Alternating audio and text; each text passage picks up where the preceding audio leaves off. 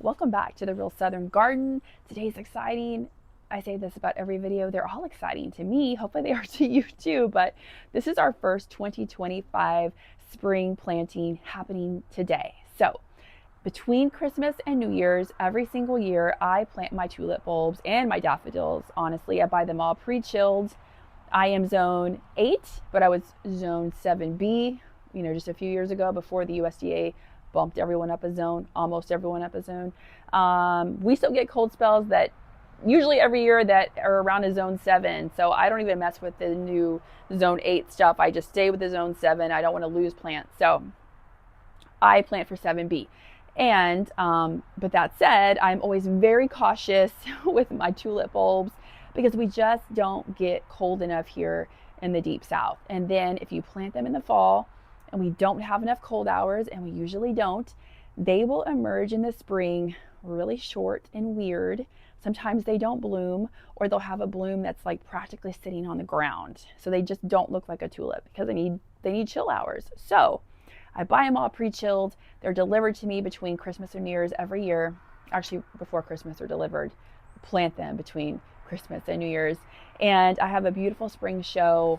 They look like they're supposed to. They have the gorgeous stems and they're healthy and they're wonderful.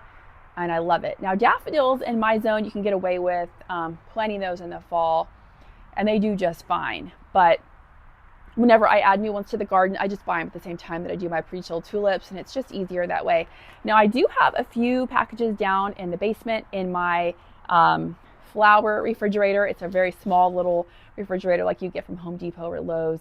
And I do have some bulbs that I bought this year from Heirloom Roses that are tucked in there that have been in there since like September. So I'll be getting those out to plant them. And I really think that one of the most important things is just to figure out, if you do a concentrated area where you really put a lot of bulbs, you get a better show. So you can get more bang for your buck and spend less money. That's how I feel about it. So I kind of pick a couple different areas, like 2, and that's where I really put my tulips because they look better to me when I can just clump them all together and have a lot of color. And then my daffodils, I've got those spread all over the property, but the gardener before me that lived here helps me with that. She planted a lot of them herself, so I get to enjoy those too, and I just add to them every year. We buy a few more daffodils and just keep on going. If I could only buy one bulb, if I was doing that, and I lived in zone, say 7B, 8, even zone 9, I would do daffodils because they are going to perennialize, they are going to come back. They're just not as finicky about the chill hours as tulips are. So they are a lot more forgiving. Anyway, I will show you the varieties I got. I've got, I think, 100 of the Salmon Impression Darwin hybrid tulips. It doesn't tell me how many is in each package that I ordered, but I remember it was like 25 or something. And I bought 4 of those packages. And then I've got 3 packages, which I think is 25 in each one of those as well, of the Pink Impression Darwin hybrid tulips. They are beautiful. I've grown both of them for 3 years now. They are have an extra long stem. And for me, they usually start blooming in March. So my daffodils, of course, come up first. They are already in full swing by Valentine's Day. The first week of February, they are already blooming. It's wild. So we'll see them, peeking up here above the surface any day now in January. Absolutely. And then we also got some Jetfire daffodil pre-chill bulbs just to add to the beautiful daffodils that we already have that were here from the previous gardener. And then we've got some blue hyacinth and some pink hyacinth and some purple hyacinth. So super excited to get these in the ground and get the 2025 garden season kicked off. Put all my beautiful tulips up here in the front, and they kind of will bleed into this area as well. And I have this bed set up the way I really want most of my beds to eventually look, and I'm getting there, where I have different flowering plants that come into bloom at different times. So I have my bulbs up here, and they will come into bloom first. We also, I almost forgot about them. We also have some alliums that have been, I need to be careful for those, planted up here. They're kind of back in this area. Alliums I love because you can plant them. They don't need the chill hours. They do great. I need to incorporate more of those into my garden. But the bulbs will go first. alliums will probably be second. So tulip bulbs, probably alliums. Then back here I have some beautiful perennial phlox that is just, oh my gosh, it smells so good. Love it. And it's back here. Then I have 3 Sarah Bernhardt peonies right up here. Love that variety. They smell so good. They're so beautiful. Just a gorgeous shade of pink. And of course, some years they hold their blooms a little bit better. It just depends on how wet of a spring we have. This year I need to really watch that, and if I see rain in the forecast, just come out and go ahead and cut the blooms and take them inside to enjoy, because once they get rained on, they're not like roses that can kind of take the rain. It really takes the blooms out. They get heavy and just snap usually. But then I've got my incredible hydrangeas that bloom next right back here. And then once the bulbs are done, I'll pull the tulips because they won't perennialize here for me the way they should. And I will plant in either begonias or impatiens, the sun patience, because this is a sun bed.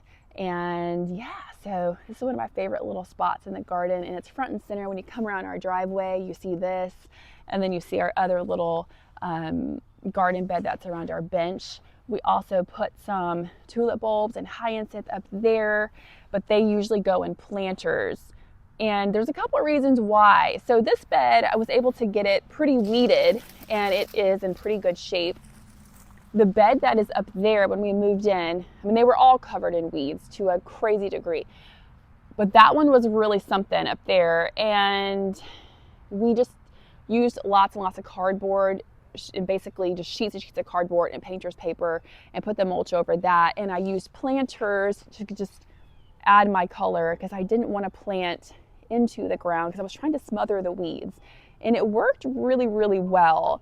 But when you do that technique, if you can, visualize that, if you're really starting to restore and renovate a garden bed that is just full of weeds and hasn't been cared for a decade, if you're going to use the cardboard method like I do, because I don't want to use chemicals, so I don't, you'd have to cut out a million little spaces to put your little plants and then put the cardboard down. It works pretty well if you're doing like shrubs, a big planting like that, but if you're doing little annuals or you're gonna do tulips or something, it's gonna be a giant mess and not work out. So that is why that bed up there has remained just a kind of planter bed area where it's just mulched.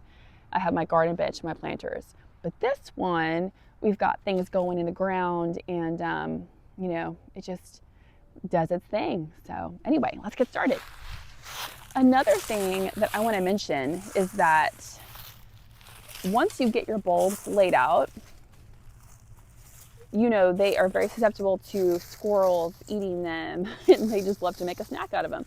So I put down a mesh, and I will cover this bed with this mesh from each side all the way across where the bulbs are to protect them.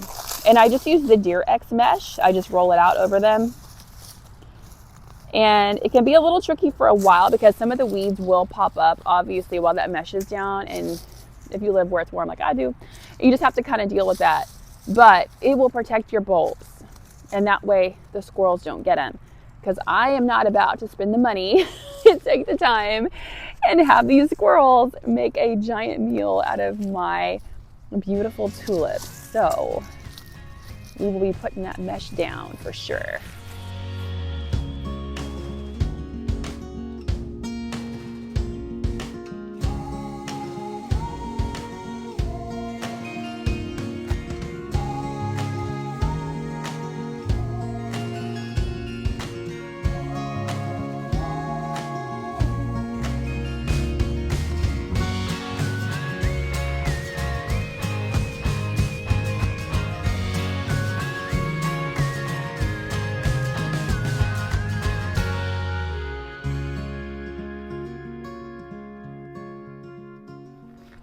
All right, guys, we are done. We've got our mesh down. We just need to cut it off on that side over there. But in about 6 weeks, these will all be popping up.